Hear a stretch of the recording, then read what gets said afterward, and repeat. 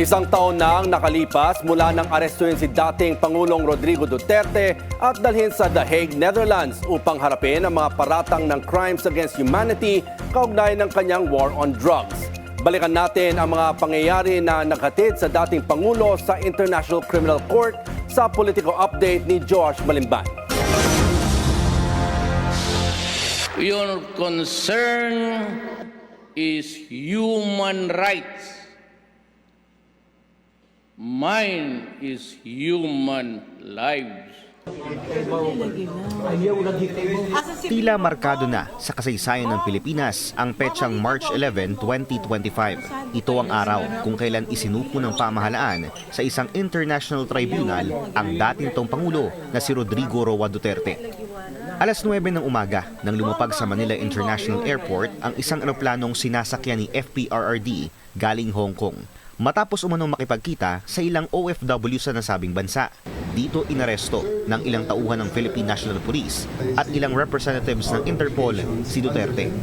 At saka dinala sa Villamor Air Base sa Pasay City para hintayin ng isang chartered Learjet kung saan siya isinakay patungong The Hague sa The Netherlands. Bagaman umani ng pambabatikos mula sa mga taga-suporta ng pamilyang Duterte, pinanindigan ng administrasyon na alinsunod sa batas ang naging hakbang na ito. Former President Duterte's arrest and transfer to The Hague is a long overdue victory against impunity that could bring victims and their families a step closer to justice.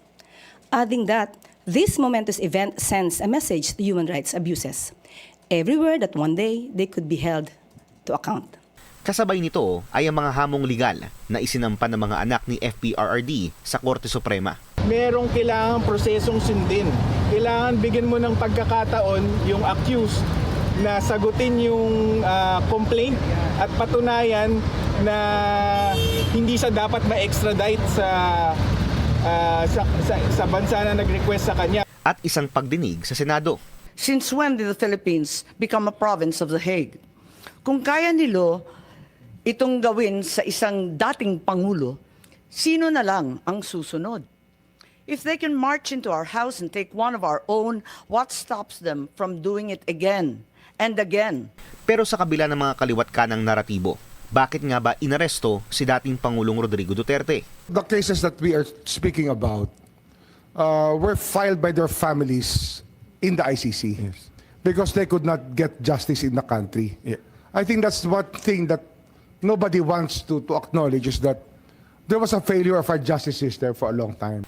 Kasalukuyang nahaharap sa mga alegasyon ng crimes against humanity si FPRRD dahil sa umano'y malawakang extrajudicial killings sa kanyang administrasyon bunsod ng madugong gera kontra droga. Sakop nito ang mga panahon kung kailan naging mayor si Duterte ng Davao City at naging Pangulo ng Pilipinas kasabay ng pagiging parte ng bansa sa Rome Statute. The difficulty that we had from 2022 is that in wrongful death situations throughout the country, where something foul was suspected, there were no police reports. As a matter of practice, there were no police reports on wrongful death situations.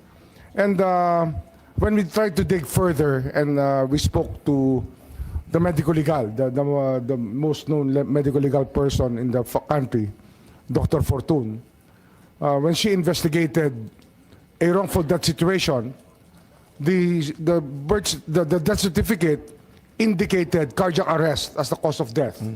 But in the autopsy, there were bullet holes in the head. 3 counts of crimes against humanity ang nakasampa laban sa dating Pangulo. First count ang umano'y murders in or around Davao City ng umano'y Davao Death Squad na pinamumunuan daw ng dating Pangulo.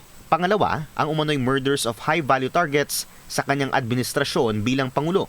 At ikatlo, ang umano'y murders at attempted murders sa mga barangay clearance operations o mas kilala sa tawag na Oplan Tukhang. Yung charges na ito, una, crimes against humanity in the acts of murder at may dinagdag na attempted murder. Ibig sabihin, hindi pa pasok o hindi pa kasama sa kaso ni Duterte sa ngayon ang pagkulong, ang pag-torture at saka yung sinasabing rape na inaplayan ng prosecutor dun sa warrant of arrest. Noong nakaraang Pebrero, isinagawa ang confirmation of charges hearing ng dating Pangulo. Dito inilatag ng defense, prosecution at representasyon ng mga biktima ang kani-kanilang mga argumento at akusasyon kasabay ng pagpapanawagan ng mga taga-suporta ng dating Pangulo sa kanyang pag-uwi sa bansa ay ang pag-asa ng mga pamilya ng madugong gera kontra droga ng hustisya para sa kanilang mga mahal sa buhay. Joash Malimban, Billionaire News Channel.